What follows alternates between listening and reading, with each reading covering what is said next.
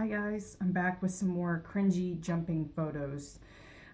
Like I said before I should ever criticize anybody else or critique their writing, I want to make sure that I cover some of my mistakes and how I would correct them now. And as always, disclaimer, while I disagree with a lot of the instruction and things that I was taught to do, I'm not here to hate on anybody. I just know better now, and this is a few pointers on what I would do differently. So I've got a couple different series of photos here. And this is Josie, my wonderful Josie horse. And we were both green, very, very green. This is my first real jumping competition on her. This was Pony Club Rally. I think the height of the fences was max 2.6. These photos came from the third round. We had 3 full rounds and a jump off. And we managed to go clear all 3 rounds. And I'll tell you why that matters here in a minute. But let me tell you, my horse takes all the credit. She managed to pull this off despite me. I was not helping her. I was hindering her. So first off, I'm going to show you some of my approach. And this is important. Take a look at that fence. This is one of the final fences on the third round, final round of my day. So it's a relatively big fence. It's about as big as we've been schooling at home. So for us, that was a little daunting.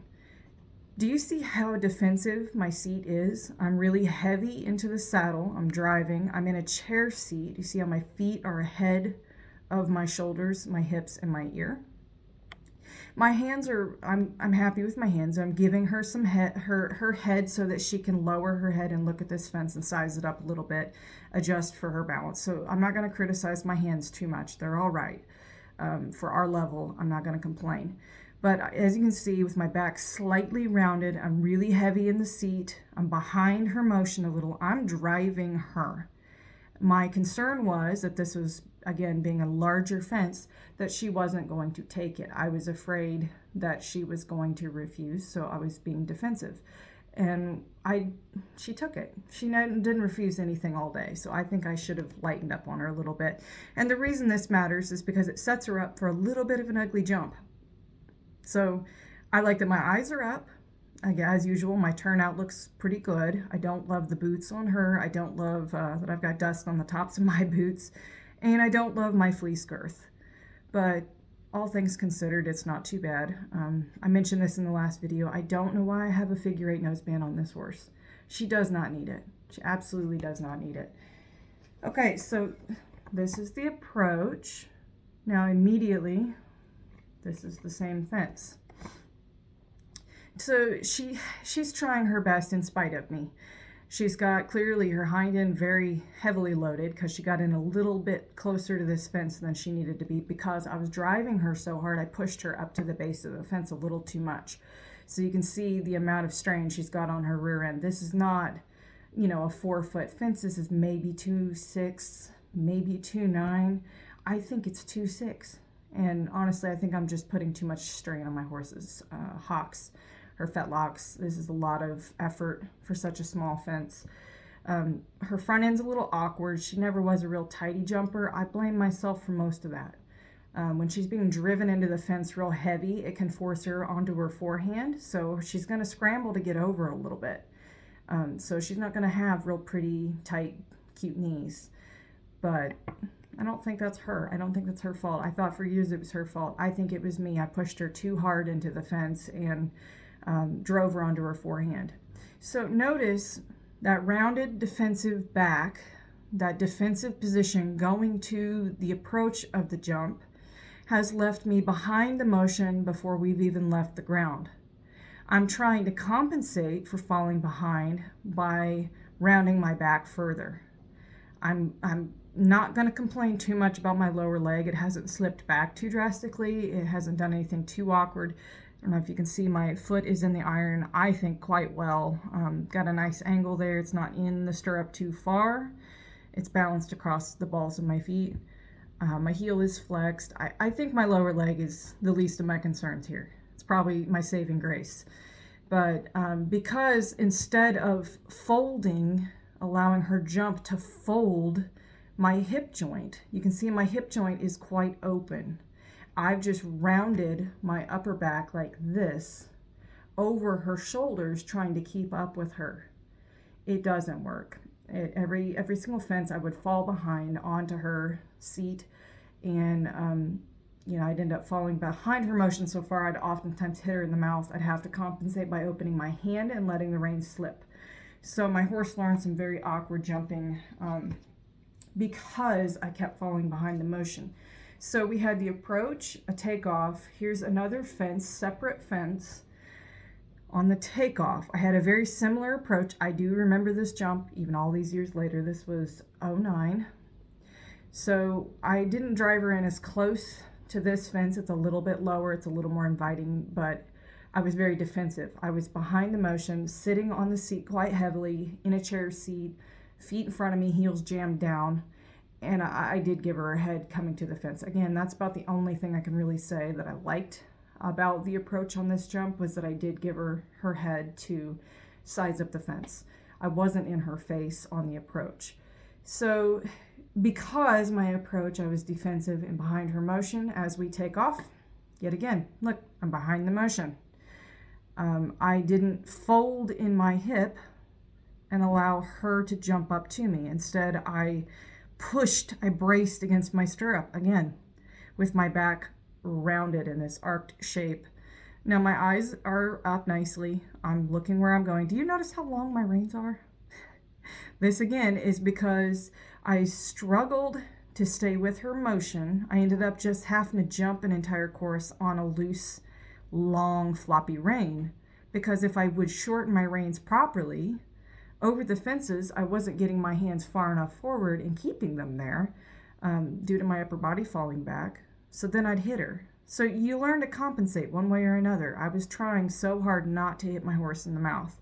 So I have a loose, sloppy rein here, but when she lands, guess what? That slack's going to be gone, and I'm going to have compromised steering because I have too long of reins. So there's her takeoff. This is just a millisecond later, I'm in the saddle.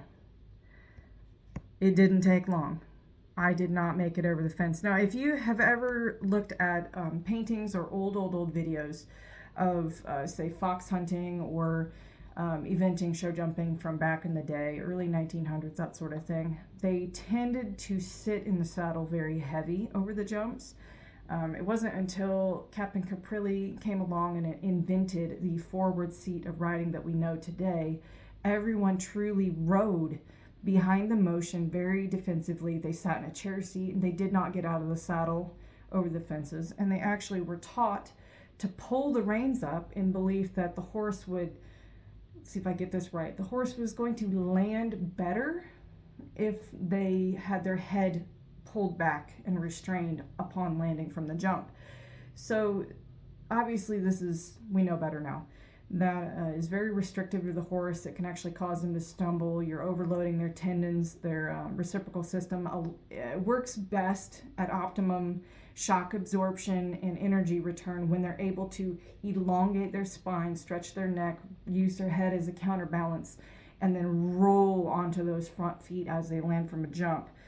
But yeah, if you compare my seat to the old-fashioned riders of a long time ago, I look a lot like them because I sat very heavy in the saddle, was behind the motion. I didn't trust my horse. I didn't trust my balance. And so I ended up on the landing, I often pulled her head up, causing a very awkward landing.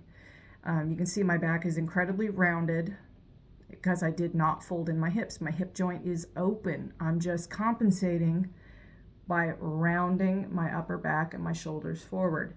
Now here you can see how far behind the motion I am, because on the start of that jump, I was deep in my heel.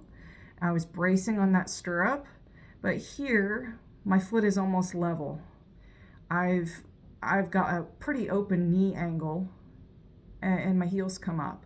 So something's off, right? I should be able to sink lower in my heel and put my balance more over my knees, over my toes, rather than falling back onto the back of my saddle. So I'm hitting my horse in the back here, which could cause her to pull rails on little taller fences. Again, my horse is a saint, and she saved my butt through all of these courses because she didn't pull any rails this entire event, and she didn't refuse anything despite getting, driven at the fences like some sort of a crazy maniac. and then, you know, sat on and her head often pulled up on the landing. So the only thing I like about this photo is that I'm still trying to use a reasonable crest release. So at this point, I still haven't yet touched her mouth. You can tell the slack has come out of the reins. If we compare the takeoff, look at all the slack. My reins are floppy and loose.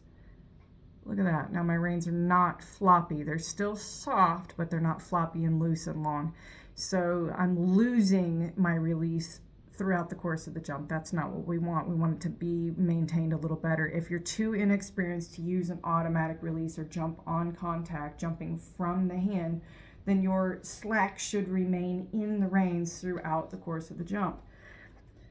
As usual, my eyes are up. I'm looking where I'm going. This is the jump off.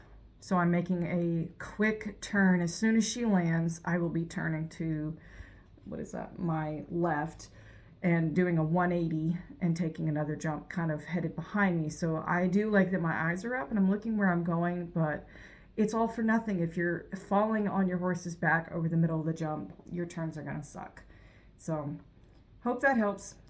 Shoot me a message if you've got anything that you wanna know more about, or if you have some riding faults like these that you need help to correct. They are fixable, I promise. All right, see you later.